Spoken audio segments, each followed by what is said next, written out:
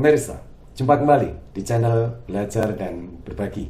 Dalam video kali ini kita akan mempelajari tentang pengolahan limbah B3 dari fasilitas pelayanan kesehatan. Pengolahan limbah B3 ini merupakan salah satu tahapan dalam pengelolaan limbah B3. Dan pengolahan limbah B3 ini merupakan proses untuk mengurangi atau menghilangkan sifat bahaya dan sifat racun. Pengolahan limbah B3 dari fasilitas pelayanan kesehatan ini dapat dilakukan dengan pengolahan secara termal ataupun non-termal. Pengolahan secara termal ini misalnya antara lain yaitu menggunakan alat otoklav, kemudian gelombang mikro, iradiasi frekuensi, atau insinerator.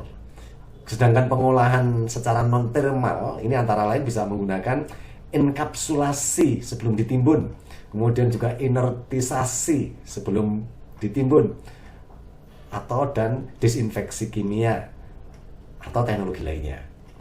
Untuk limbah yang berwujud cair, ini dapat dilakukan di instalasi pengolahan air limbah atau IPAL dari fasilitas pelayanan kesehatan.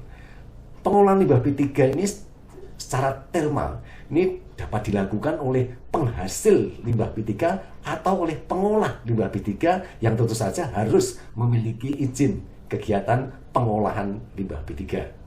Dan pengolahan limbah B3 secara termal oleh pengolah limbah B3 ini hanya dapat dilakukan dengan menggunakan peralatan insinerator.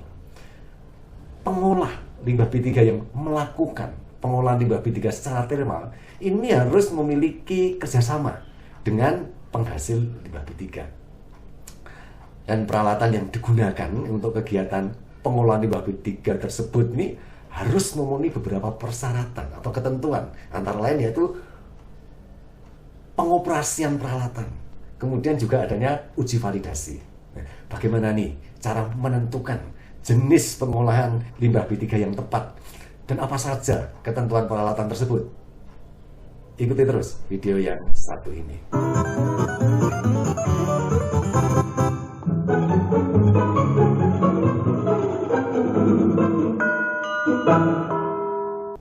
Pemirsa, tujuan pengolahan limbah medis yaitu untuk mengubah karakteristik biologis dan kimia dari suatu limbah sehingga potensi bahayanya terhadap manusia itu menjadi berkurang atau tidak ada.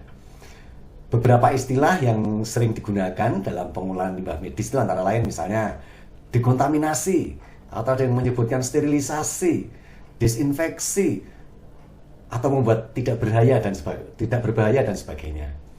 Untuk menjelaskan jenis-jenis pengolahan limbah B3 dan ketentuan penggunaan masing-masing alat tersebut, tentu saja saya menggunakan berbagai referensi. Itu antara lain Peraturan Menteri Lingkungan Hidup dan Kehutanan Republik Indonesia nomor P56/Men-LHK/Setjen/2015 tentang tata cara dan persyaratan teknis pengelolaan limbah bahan berbahaya dan beracun dari fasilitas pelayanan kesehatan. Kita bahas satu persatu. Yang pertama misalnya mengenai kriteria pemilihan teknologi pengolahan limbah. Pengolahan limbah yang dihasilkan dari fasilitas pelayanan kesehatan ini dapat dilakukan oleh penghasil limbah atau pihak lain yang dapat melakukan pengolahan limbah tersebut.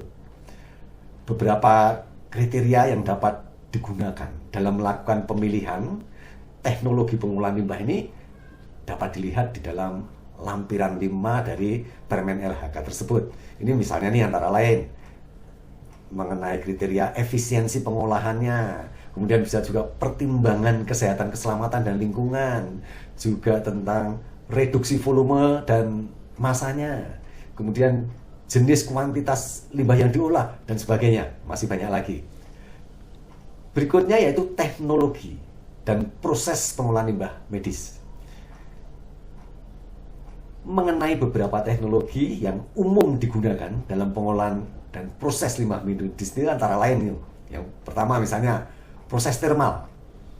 Proses termal ini digunakan untuk menghancurkan mikroorganisme patogen dengan menggunakan panas. Dan proses pengolahan secara termal ini ada beberapa jenis. Misalnya nih, pirolisis. Pirolisis ini merupakan dekomposisi termal suatu limbah pada kondisi nir oksigen dalam suatu tungku pengolahan. Sehingga limbah ini akan dikonversi ke dalam bentuk gas atau bentuk cairan atau padatan. Dan pirolisis ini dapat digunakan untuk melakukan pengolahan berbagai limbah medis, kecuali limbah radioaktif. Jenis lainnya yaitu pengolahan termal basah dan kering. Pengolahan termal basah atau disinfeksi uap ini didasarkan pada pemajanan limbah infeksius yang telah dicacah terhadap temperatur tinggi, uap bertekanan tinggi, dan serupa dengan proses sterilisasi menggunakan autoklaf. Persyaratan teknis metode ini sama dengan persyaratan teknis disinfeksi limbah medis menggunakan peralatan autoklaf. Dan beberapa metode pengolahan termal basah dan kering itu antara lain yaitu dengan autoklaf atau dengan gelombang mikro. Berikutnya pengolahan dengan disinfeksi kimia. Disinfeksi kimiawi ini merupakan disinfeksi dengan menggunakan bahan kimia. Misalnya nih, ada senyawa aldehida, ada klor, ada fenolik, dan lain sebagainya. Tujuannya adalah untuk membunuh atau menginaktivasi patogen dalam limbah medis. Disinfeksi kimiawi ini merupakan salah satu cara yang tepat untuk melakukan pengolahan limbah yang berupa limbah darah, urin, atau limbah infeksius yang mengandung patogen.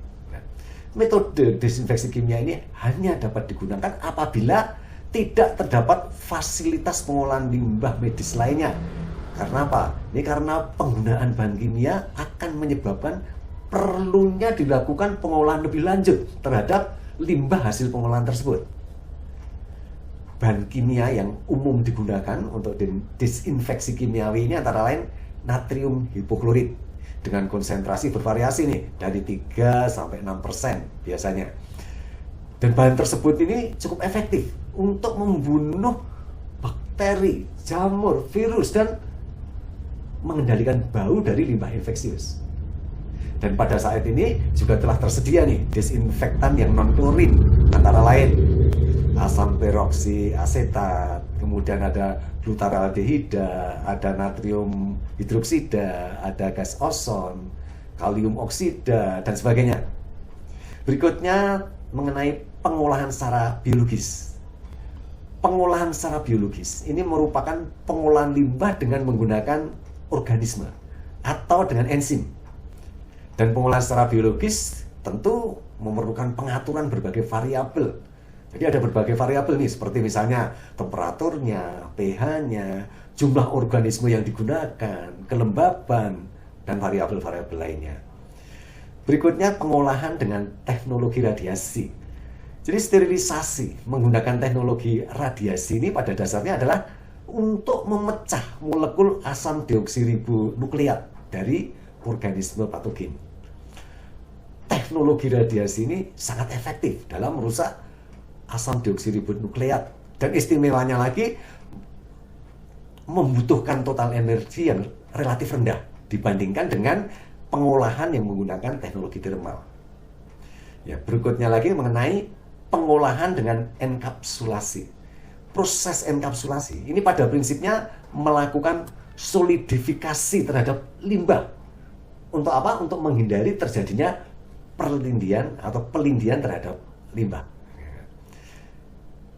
Yang berikutnya itu pengolahan dengan inertisasi. Inertisasi ini merupakan proses solidifikasi limbah menggunakan semen dan material lainnya sebelum limbah tersebut ditimbun di fasilitas penimbunan. Ya, berikutnya kita akan membahas tentang tata cara pengolahan limbah B3 menggunakan alat insinerator. Insinerasi dari insinerator ini merupakan teknologi yang paling umum digunakan untuk melakukan pengolahan dan destruksi limbah yang dihasilkan dari kegiatan fasilitas pelayanan kesehatan. Dan di dalam melakukan pengolahan limbah B3 menggunakan alat insinerator ini, setidaknya itu ada 3 hal yang harus diperhatikan, yaitu tentang pengajuan izin pengolahan limbah B3 menggunakan insinerator, yang kedua uji coba pembakaran, dan yang ketiga adalah ketentuan tentang pengoperasian insinerator. Yang pertama dulu, dalam pengajuan permohonan izin pengolahan limbah B3 menggunakan insinerator, ini perlu dilengkapi dengan berbagai data teknis. Ini ketentuan ini dapat dijumpai di dalam lampiran 5 Permen NHK tersebut. Yang berikutnya adalah uji coba pembakaran. Ini sebelum insinerator dioperasikan secara terus-menerus atau kontinu, ada kewajiban untuk melakukan uji coba pembakaran dari pengoperasian insinerator yang secara terus-menerus.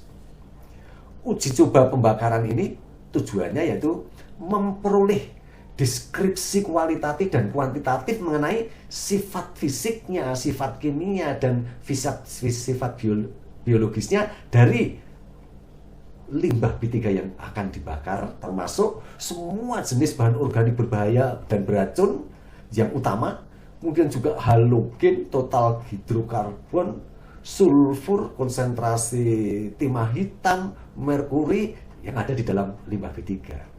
Selain itu juga untuk mengetahui sifat emisi udara, termasuk produk yang dihasilkan dalam pembakaran tidak sempurna. Demikian juga untuk parameter yang sudah ditetapkan di dalam lampiran Permen LHK tersebut. Yang berikutnya yaitu untuk mengetahui sifat limbah cair yang dikeluarkan dari pengoperasian insinerator maupun alat-alat pencegahan pencemaran udara. Misalnya nih, parameter ini harus termasuk parameter baku mutu air limbah. Berikutnya, pengoperasian insinerator. Pengoperasian ini dilakukan tentu saja sesuai dengan ketentuan yang ada di dalam lampiran Permen LHK tersebut. Pemantauan ada yang dilakukan secara terus-menerus, ada yang dilakukan secara berkala. Pemantauan yang dilakukan secara terus-menerus ini dilakukan dengan mengukur dan mencatat. Misalnya nih, konsentrasi karbon monoksida, karbon dioksida, nitrogen, sulfur dioksida, oksigen, HCl, total hidrokarbon, partikel debu yang ada di cerobong, dan juga opasitas. Sedangkan pemantauan yang dilakukan secara berkala ini adalah untuk mengukur dan mencatat konsentrasi bahan-bahan organik beracun yang utama ini, seperti misalnya polychlorinated dibenzodioksin, kemudian polychlorinated dibenzofuran, logam berat di cerobong, dan sebagainya. Ketentuan lain dari Permen LHK tersebut ini yang perlu diketahui antara lain adalah bahwa fasilitas pelayanan kesehatan yang melakukan pengolahan limbah B3 di luar limbah B3 yang dihasilkan sendiri harus melakukan pembaruan izin lingkungannya. Dan pembaruan izin lingkungan ini harus didasarkan pada dokumen kajian lingkungan fasilitas pelayanan kesehatan. Dan kewajiban memiliki izin kegiatan pengolahan limbah B3 ini dapat dikecualikan ini, terutama untuk penghasil limbah B3 yang melakukan sendiri pengolahan limbah B3-nya, yang meliputi misalnya untuk kemasan bekas B3, spuit bekasnya, botol infus bekas, kemudian bekas kemasan cair hemodialisa, dan sebagainya.